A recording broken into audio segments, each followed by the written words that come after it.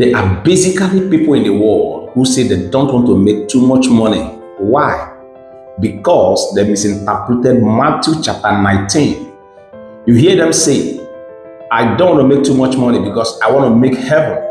As if poverty grant them express ticket to eternity. You have to understand that there is no isolated doctrine in the scripture. In scripture, every word supports the other. And until you rightly study it, you won't know how to rightly divide the word of truth. Yet, it says in Matthew chapter 19, verse 24, it is easier for a camel to go through the eye of a needle than for a rich man to enter into the kingdom of heaven. That's exactly what the Bible said. I'm sure you read it, you heard it preached, but you didn't study it, and possibly those that preached to you didn't study it. How do I know? Because I studied it compared to other verses of the scripture. And I don't want some men's opinion about what it says. I know that whatsoever it says, whatsoever it means, cannot contradict the other part of the scripture where it says the blessing of the Lord. It maketh rich and add no sorrow to it. It cannot contradict that. So both of those verses has to be true. Because if both of them aren't true, then neither of them is true. It may interest you to know that the very first time the word rich was used in the Bible was talking about Abraham, the friend of God. And he said he was very rich in Genesis chapter 10 verse 2. He didn't just tell us that he was rich, he said he was very rich. And again, he didn't just tell us that he was very rich, he told us how he was rich. He said he was rich in cattle, he was rich in silver, and he was rich in gold. And the Abraham was the friend of God. So you can be very rich. No, you can be very, very rich and still be the friend of God. It doesn't deprive you from making heaven. He said, a good man leaveth inheritance for his children and children's children. Friends, without money, can you leave inheritance for your children or children's children? Maybe majority of us, if our parents had left some houses, some estate for us, our life would have been better.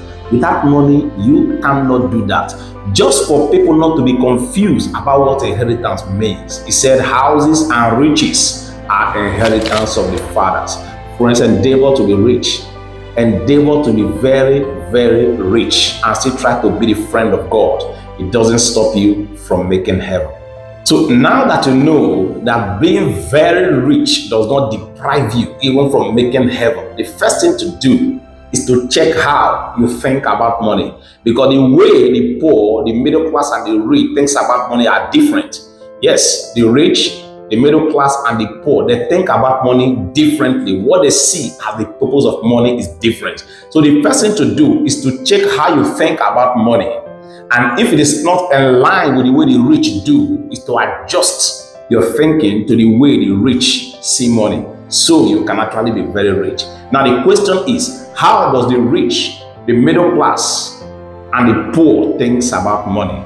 Now the poor thinks that the purpose for money is to pay bills, whereas the middle class thinks that the purpose for money is to get credit facilities to buy things they don't need, can't afford, and won't use. And they keep borrowing to keep up the Joneses. That is the life of the middle class. They buy what they can't afford, they buy what they don't need.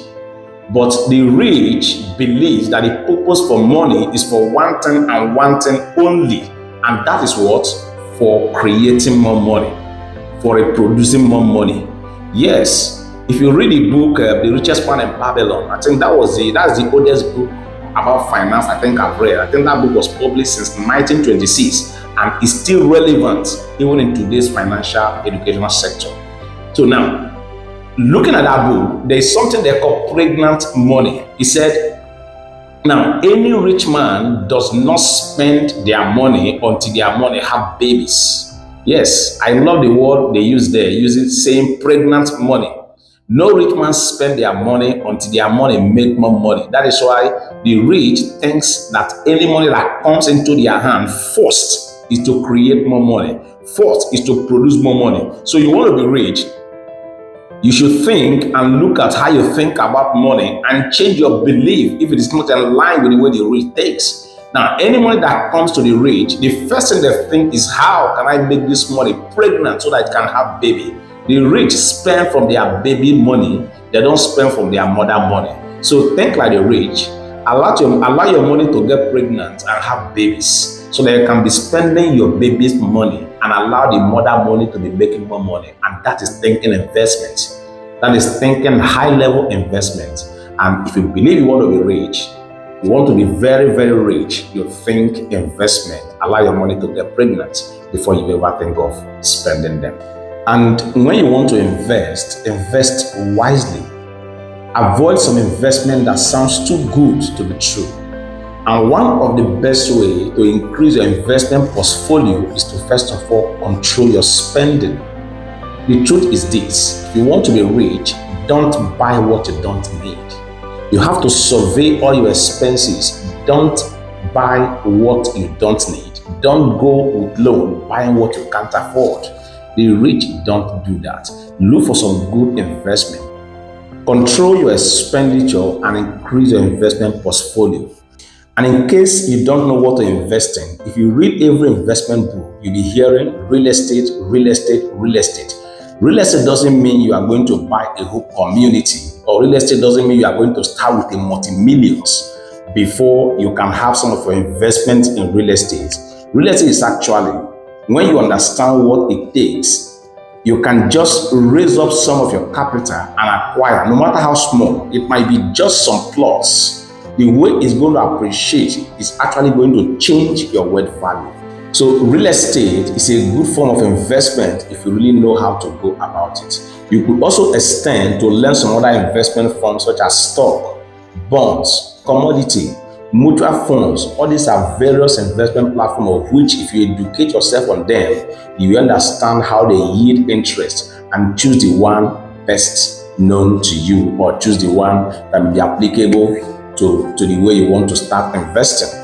So that is the game of the rich. The first thing is to first of all reason how you think about money.